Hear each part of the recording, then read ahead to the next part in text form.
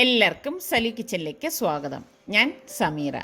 ഇപ്പോൾ പെരുന്നാളൊക്കെ വരെയാണല്ലോ, അപ്പോൾ അതുകൊണ്ടാണ് വീടൊക്കെ നല്ല ഡീപ്പ് ക്ലീനിങ് നടത്തുന്നത്. പിന്നെ നാളെ അറഫ നോമ്പാണ്. അപ്പോൾ അതിന് വേണ്ടിയിട്ടുള്ള അത്താഴത്തിൻ്റെ പ്രിപ്പറേഷനും പിന്നെ കുറച്ച് വീട്ടു വിശേഷങ്ങളും ഒക്കെ ഉൾപ്പെടുത്തിയിട്ടുള്ള എപ്പിസോഡാണ് ഇന്നത്തേത്. നമ്മളുടെ സലു കിച്ചൻ ഇനിയും സബ്സ്ക്രൈബ് ചെയ്യാത്തവരുണ്ടെങ്കിൽ നിങ്ങൾക്ക് നമ്മളുടെ ചാനൽ ഇഷ്ടപ്പെട്ടാൽ സബ്സ്ക്രൈബ് ചെയ്യാൻ മറന്നു വരുതേ. അപ്പോൾ നമുക്ക് നമ്മളുടെ എപ്പിസോഡിലേക്ക് പോയാലോ. ഇന്നത്തെ നമ്മളുടെ 5:48 പ്രഭാതമാണ് ഈ കാണുന്നത്. നേരം വെളുക്കുന്നത് വരെ നല്ല മഴയായിരുന്നു. ഇപ്പോൾ കുറച്ച് നേരമേ ആയിട്ടുള്ളൂ മഴയൊന്ന് തോർന്നിട്ട്. അപ്പോൾ ആകാശം കാണുമ്പോൾ തന്നെ നിങ്ങൾക്ക് മനസ്സിലാവും നല്ല ഭംഗിയുണ്ട് കേട്ടോ. പക്ഷേ ഇന്ന് ആകാശം കാണാനായിട്ട് ഇവിടെയൊക്കെ നമ്മൾ എത്ര വലയടിച്ചാലും പിന്നും ഈ കുഞ്ഞു ചിലന്തി ഉണ്ടല്ലോ, അതുപോലെ വല കെട്ടും. അതാണിങ്ങനെ ഈ നെറ്റൊക്കെ അടിക്കുമ്പോഴും പ്രോബ്ലം. അപ്പോൾ ഓരോരുത്തർക്ക് ഓരോ സ്ഥലം വീതം വെച്ച് കൊടുത്തിട്ടുണ്ട് ക്ലീനിങ്ങിനായിട്ട്. ഇപ്പം നിസ്സാറിക്കാക്ക് സുൽത്താനും ഒക്കെ ഈ ഒരു ഏരിയയാണ്, അതായത് വീടിൻ്റെ വെളിവശം, ഫ്രണ്ട് സൈഡും സൈഡ് വശവും ഒക്കെയാണ് കിട്ടിയിരിക്കുന്നത്. അവിടെയൊക്കെ അവർ വൃത്തിയാക്കി എടുക്കണം. അപ്പോൾ ഞാൻ ഇതിനിടയിൽ വന്നിട്ട് ഗരം മസാല തയ്യാറാക്കി വെക്കാൻ പോവുകയാണ്. എൻ്റെ കയ്യിൽ ഗരം മസാല തീർന്നു പോയി. അപ്പോൾ ഇതിൻ്റെ ഡീറ്റെയിൽ ആയിട്ടുള്ള റെസിപ്പി ഞാൻ ഇതിന് മുൻപ് നമ്മളുടെ സലു കിച്ചണിൽ തന്നെ പോസ്റ്റ് ചെയ്തിട്ടുണ്ടായിരുന്നു. അപ്പോൾ നിങ്ങൾക്ക് ഞാൻ അതിൻ്റെ ലിങ്ക് ഇതിൻ്റെ ഡിസ്ക്രിപ്ഷൻ ബോക്സിൽ കൊടുത്തിരിക്കാം. ശരിക്കും ഗരം മസാലയൊക്കെ നമ്മൾ അതിൻ്റെ ആ ഒരു കറക്റ്റ് പ്രൊപ്പോർഷൻ അനുസരിച്ച് സാധനങ്ങൾ ചേർത്തിട്ട് ഉണ്ടാക്കിയെടുത്താലുണ്ടല്ലോ അടിപൊളി കറിയായിരിക്കും. ഇപ്പം നമ്മൾ ചിക്കനായാലും മട്ടനായാലും ബീഫായാലും ഒക്കെ ഉണ്ടാക്കുമ്പോൾ നമ്മളിത് ചേർക്കുമ്പോഴേക്ക് ഇതിൽ ഏറ്റക്കുറച്ചിൽ വരുമ്പോഴാണ് നമുക്ക് ആ ഒരു എന്താ പറയുക, ചില സമയം നമ്മൾ ഗരം മസാല പുറത്തുനിന്നൊക്കെ നമ്മൾ കറികൾ കഴിക്കുമ്പോൾ നിങ്ങൾ ശ്രദ്ധിച്ചിട്ടുണ്ടോ എന്ന് അറിയത്തില്ല, ഒരു കവർപ്പ് നമുക്കുണ്ടാവും. ഒരു ഗരം മസാലയുടെ കുത്തൊക്കെ അങ്ങനെ കുത്ത് വരുന്നതിൻ്റെ കാര്യം എന്താണെന്ന് വെച്ചാൽ നമ്മൾ ഈ എടുക്കുന്ന ഗ്രാമ്പുവും പട്ടയും അതിൻ്റെയൊക്കെ അളവ് നമ്മൾ മുന്തി നിൽക്കുമ്പോഴാണ് അതിന് ആ ഒരു കവർപ്പ് വരുന്നത്. അപ്പോൾ ഗരം മസാല എന്ന് പറയുമ്പോൾ തന്നെ നമുക്ക് ആ ഒരു കറക്റ്റ് ഞാൻ പറഞ്ഞ മാതിരി ആ അളവിൽ നമ്മൾ വറുത്തെടുത്ത് പൊടിച്ച് വയ്ക്കുകയാണെങ്കിലുണ്ടല്ലോ സൂപ്പറായിരിക്കും.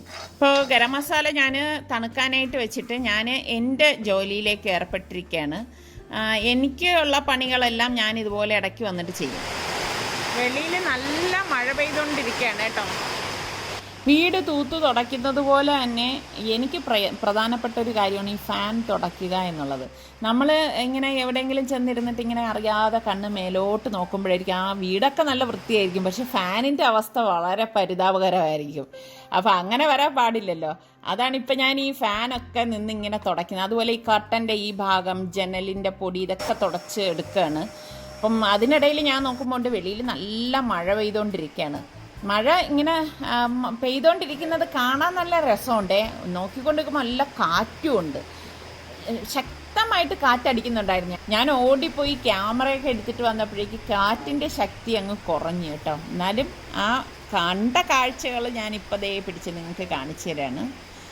ശരിക്കും ഇങ്ങനെ ഈ ചെടികളൊക്കെ ഇങ്ങനെ ആടുമ്പോൾ എനിക്ക് പേടിയാണ്, ഇതൊക്കെ ലൈൻ കമ്പിയിലൊക്കെ മറിഞ്ഞ് വീഴോ എന്നൊക്കെയുള്ള ചിന്തയാണ് എനിക്ക് പോകുന്നത് കേട്ടോ.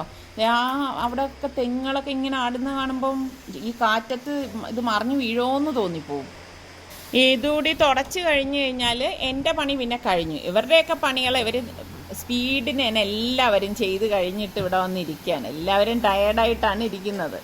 ക്യാമറ കണ്ടു കഴിഞ്ഞാൽ റിസ്വാൻ പിന്നെ അതെടുത്തൊരു കളിയാണ്. വല്ലതും പറയാനുണ്ടോ?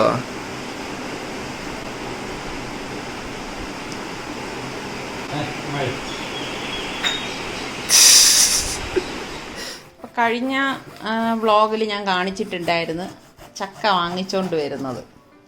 ആ ചക്കയാണിത്. നല്ല മണം വരുന്നുണ്ട് കേട്ടോ. നമുക്ക് ലോക്ക്ഡൗൺ ഒന്നും പ്രശ്നമില്ല. ചക്ക എവിടെ കണ്ടാലും വാങ്ങിക്കുക എന്നുള്ളതാണ് നിസ്സാറിക്കയുടെ ഒരു ശീലം അല്ലേ.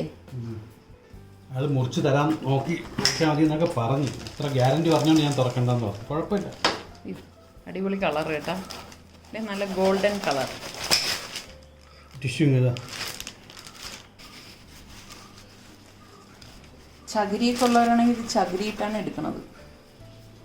നമ്മൾ കിച്ചൺ ടവലുണ്ടല്ലോ, അപ്പം നമുക്ക് ചകിരിയൊന്നും ഇല്ലാത്ത കാരണം വേണ്ട കറയുണ്ട്. പക്ഷേ നല്ല ചക്കയാണെന്ന് തോന്നുന്നു. കാണുമ്പോൾ തന്നെ അറിയാം കേട്ടോ, നല്ല സൂപ്പർ ചക്കയാണെന്ന്. അയാൾ അത്രയും ഗ്യാരണ്ടി ഉള്ളതുകൊണ്ടാണ് ഞാൻ മുറിച്ച് തരാമെന്നൊക്കെ പറഞ്ഞു. ഞാൻ പറഞ്ഞു വേണ്ട. കഴിച്ചു നോക്കട്ടെ. നിങ്ങൾക്ക് ആർക്കെങ്കിലും വേണോ? ബോംബെയിലുള്ളവരും ഗൾഫിലുള്ളവരും ബാംഗ്ലൂരിലുള്ളവരും ഒക്കെ സഹിക്കുക. എക്സ്ക്യൂസസ്. അടിപൊളി മതി കേട്ടോ. നല്ല കേട്ടോ, നല്ല റാഹത്തായി.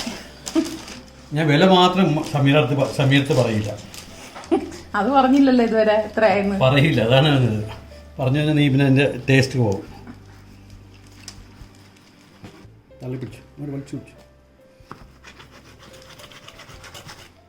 ഞാനേ ഇങ്ങനെ ഫേസ്ബുക്കിലൊക്കെ കണ്ടിട്ടുണ്ട് ചക്ക മുറിക്കുന്ന വിധം എന്ന് പറഞ്ഞിട്ട്. അതൊക്കെ ആഞ്ഞിലി ചക്ക പോലത്തെ ചക്കയായിരിക്കും. ഈ ചക്കയൊക്കെ ഇങ്ങനെ പറ്റുമല്ലോ. എനിക്കും തോന്നിയിട്ടുണ്ട് നമ്മുടെ ഇവിടുത്തെ ഈ ചക്കയൊക്കെ എങ്ങനെ ആ ഒരു രീതിയിൽ പറ്റുന്നത്. ചുള പരമാവധി മുറിക്കാതിരിക്കാൻ നോക്കണം. പിന്നെ സാറൊക്കെ പറഞ്ഞ മാതിരി ഇത് കണ്ടുകൊണ്ടിരിക്കുന്ന നമ്മളുടെ ഗൾഫിലും ബോംബെയിലും ഒക്കെയുള്ള എല്ലാവരും ക്ഷമിക്കണം. നിങ്ങളിവിടെ വന്നാൽ ഞങ്ങളിപ്പോൾ തരാം അല്ലേ? അടിപൊളി. Super super super. നോക്കിക്കേ, ശരിക്കും പറഞ്ഞാൽ വർണ്ണിച്ചിട്ട് മതി വരുന്നില്ല കേട്ടാ. കാരണം അത്ര കളറും സൂപ്പർ ചക്ക, നല്ല ടേസ്റ്റും. മരത്തിനെ പറ്റി ചിന്തിക്കണം. കുരു കൊള്ളാ.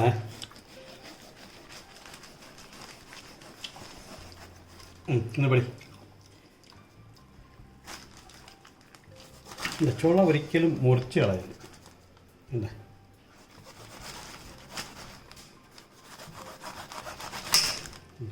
അടിപൊളി. വാവ്, പൂ വിരിയുന്നത് പോലെ വിരിഞ്ഞു വന്നു കേട്ടോ. നല്ല ചക്കയുടെ ലക്ഷണം. സൂപ്പർ. അപ്പോൾ ഇത് നിങ്ങൾക്ക് എല്ലാവർക്കും വേണ്ടിയിട്ട് ഞങ്ങൾ ഡെഡിക്കേറ്റ് ചെയ്യുന്നു കേട്ടോ. ഇപ്പം വന്നാൽ കിട്ടും. ഇപ്പം വന്നാൽ നമ്മൾ ഈ ചക്ക നിങ്ങൾക്ക് തരുന്നതാണ്. ഇപ്പോൾ ഞാൻ ഇതിനിടയിൽ വന്നിട്ട് ഗരം മസാല ഒന്ന് പൊടിച്ചെടുക്കണം. ഇത് നന്നായിട്ട് തണുത്തിട്ടുണ്ട്. അപ്പോൾ മിക്സിയുടെ ജാറിൽ 2 ബാച്ചായിട്ടിട്ട് പൊടിച്ചെടുത്ത് നമ്മളിത് അടപ്പ് തുറക്കുമ്പോൾ തന്നെ നല്ല മണമാണ്. ഞാനിനി ഇത് തണുത്ത ശേഷം ബോട്ടിലേക്ക് മാറ്റത്തുള്ളൂ. അത്താഴത്തിന് വേണ്ടിയിട്ടുള്ള കറിയാണ് ഞാനിവിടെ തയ്യാറാക്കാൻ പോകുന്നത്. സിമ്പിളായിട്ടുള്ള കറിയാണ് കേട്ടോ. ഞാൻ വെളിച്ചെണ്ണ ഒരു പാനിലേക്ക് 3 ടേബിൾ സ്പൂൺ ഒഴിച്ചിട്ടുണ്ട്. പിന്നെ 3 ഗ്രാമ്പൂ, 2-3 പീസ് ചെറിയ പട്ട, 1 ടീസ്പൂൺ ഉലുവ. ഇത് ഇത്ര ഇട്ട ശേഷം ഞാനിവിടെ 3 സവാള സ്ലൈസ് ചെയ്തെടുത്തിട്ടുണ്ട്. ഈ സവാള ഇതിലേക്ക് ഇട്ടിട്ട് ഇതുപോലെ ഒന്ന് വഴറ്റി കൊടുക്കും. ഇതൊന്ന് വഴണ്ടി വരുമ്പോഴേക്കും ഞാനിവിടെ പച്ചമുളക് 3 എണ്ണം, 2-3 ചെറിയ പീസ് ഇഞ്ചി, ഒരു 10-12 വെളുത്തുള്ളി അല്ലി എടുത്തിട്ടുണ്ട്. അത് ഇതുപോലെ ഒന്ന് ചോപ്പ് ചെയ്തെടുക്കും. എന്നിട്ട് ഈ ചോപ്പ് ചെയ്തത് ഞാൻ ഈ വഴറ്റിക്കൊണ്ടിരിക്കുന്ന ഉള്ളിയിലേക്ക് ഇട്ടിട്ട് നന്നായിട്ട് എല്ലാം കൂട്ടിയിട്ടൊന്ന് മിക്സ് ചെയ്ത് കൊടുക്കും.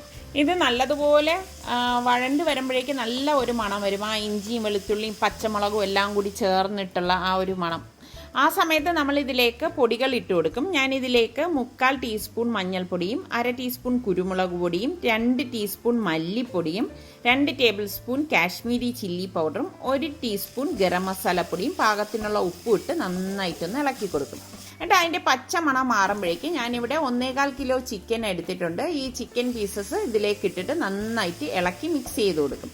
നമ്മളിതിലേക്ക് ഇപ്പം വെള്ളമൊന്നും ചേർക്കത്തില്ല കേട്ടോ. ഇത് നല്ലതുപോലെ ഇളക്കി മിക്സ് ചെയ്ത ശേഷം നമ്മളിത് അടച്ച് വെച്ചിട്ട് വേവിച്ചെടുക്കുകയാണ് ചെയ്യുന്നത്. അപ്പം നമ്മൾ ഇതൊരു 2 മിനിറ്റ് കഴിഞ്ഞ് അടപ്പ് തുറന്നിട്ട് വീണ്ടും ഇതുപോലെ ഒന്ന് ഇളക്കി കൊടുക്കും. ഇളക്കി കൊടുത്ത ശേഷം വീണ്ടും ഇത് അടച്ച് വെച്ച് വേവിച്ചെടുക്കും. അപ്പോൾ ഇതിനിടയിൽ ഞാൻ നമ്മുടെ ഗരം മസാല പൊടിച്ച് വെച്ചത് ബോട്ടിലേക്ക് മാറ്റുവാണ്. അപ്പോൾ ഇത്രയും ഗരം മസാല ഉണ്ടെങ്കിൽ ഒരു 5-6 മാസത്തേക്ക് ഇനി എനിക്ക് പൊടിക്കേ വേണ്ട കേട്ടോ. എനിക്ക് ഭയങ്കര സന്തോഷമാണ് ഇങ്ങനെ പൊടിച്ച് വെക്കുന്ന സമയത്ത്. കാരണം ഇനിയിപ്പോൾ മെനക്കെടണ്ടല്ലോ, അത് ഇത്രയായി കഴിഞ്ഞു. അപ്പോൾ ഞാൻ അത് കഴിഞ്ഞ ശേഷം വന്നിട്ട് ഇതേ ചിക്കൻ്റെ അടപ്പൊന്ന് മാറ്റിയിട്ട് ഇതേ ഇതുപോലെ ഇളക്കി കൊടുക്കുകയാണ്. അപ്പോൾ ഇത് ചിക്കനിൽ നിന്ന് തന്നെ ചാറ് ഊറി വരും കേട്ടോ. അപ്പോൾ നമ്മളിതുപോലെ അടച്ച് വെച്ചിട്ട് ഇടയ്ക്കിടയ്ക്ക് ഇതിൻ്റെ അടപ്പൊന്ന് മാറ്റിയിട്ട് ഇളക്കി കൊടുക്കണം. ഇപ്പം ഞാനിവിടെ 1 കപ്പ് നല്ല കട്ടിയുള്ള തേങ്ങാപ്പാലാണ് എടുത്തിരിക്കുന്നത്. ഇപ്പം ഞാൻ എളുപ്പത്തിന് വേണ്ടിയിട്ട് കോക്കനട്ട് മിൽക്ക് പൗഡറില്ലേ, അത് കലക്കിയെടുത്തതാണ് കേട്ടോ. കട്ടിക്ക് എടുക്കണം. അത് ഇതിലേക്ക് നേരിട്ട് ഒഴിച്ചു കൊടുക്കും. നന്നായിട്ടൊന്ന് ഇളക്കി കൊടുത്ത ശേഷം ഇത് മൂടി വെച്ചിട്ട് ഒരു 10 മിനിറ്റ് ഇതുപോലെ വെച്ച് വേവിച്ചെടുക്കും. 10 മിനിറ്റ് കഴിഞ്ഞ് ഞാൻ അടപ്പ് മാറ്റിയിട്ട് ഇതുപോലെ ഒന്ന് വീണ്ടും മിക്സ് ചെയ്ത് കൊടുക്കും. അപ്പം നമ്മളുടെ ചിക്കൻ തേങ്ങാപ്പാൽ കറി ഇവിടെ റെഡി ആയിട്ടുണ്ട്. അപ്പോൾ ഇനി നമുക്ക് ആവശ്യത്തിനുള്ള കറിവേപ്പില ഇട്ട് സെർവ് ചെയ്യാവുന്നതാണ്. ഇപ്പം നാളെ നോമ്പായതുകൊണ്ട് ഇനിയിപ്പം വെളുപ്പിന് ഞങ്ങൾ എഴുന്നേറ്റ് കഴിക്കുന്നില്ല. ഞങ്ങളിപ്പോൾ ലേറ്റായിട്ടാണ് ഭക്ഷണം കഴിക്കുന്നത്. അപ്പം ഞാൻ ഇവിടെ എനിക്കും ബാക്കിയുള്ളവർക്കും ചോറും നിസാറിക്കാക്കും സുൽത്താനും ഗോതമ്പ് പുട്ട് മതി എന്ന് പറഞ്ഞ് അതാണ് എടുക്കുന്നത്. അപ്പം ഇനിയിപ്പോൾ ഇത്രയും ലേറ്റായിട്ട് കഴിക്കുന്നതുകൊണ്ടാണ് ഇനിയിപ്പം ഇടയത്താഴത്തിനായിട്ട് നമ്മൾ എഴുന്നേക്കാത്തത്. ഇപ്പം തന്നെ ഭക്ഷണം കഴിച്ച് നിയത്ത് വെച്ച് കയറി കിടക്കത്തേ ഉള്ളൂ കേട്ടോ. ഇന്നത്തെ ഈ ചെറിയ എപ്പിസോഡ് നിങ്ങൾക്ക് എല്ലാവർക്കും ഇഷ്ടമായെന്ന് വിശ്വസിക്കുന്നു. എല്ലാവർക്കും നല്ലൊരു പെരുന്നാൾ ആശംസകൾ നേരുന്നു. അടുത്ത് നമുക്ക് നല്ല റെസിപ്പിയുമായി വരുന്നത് വരെ എല്ലാവർക്കും ബൈ.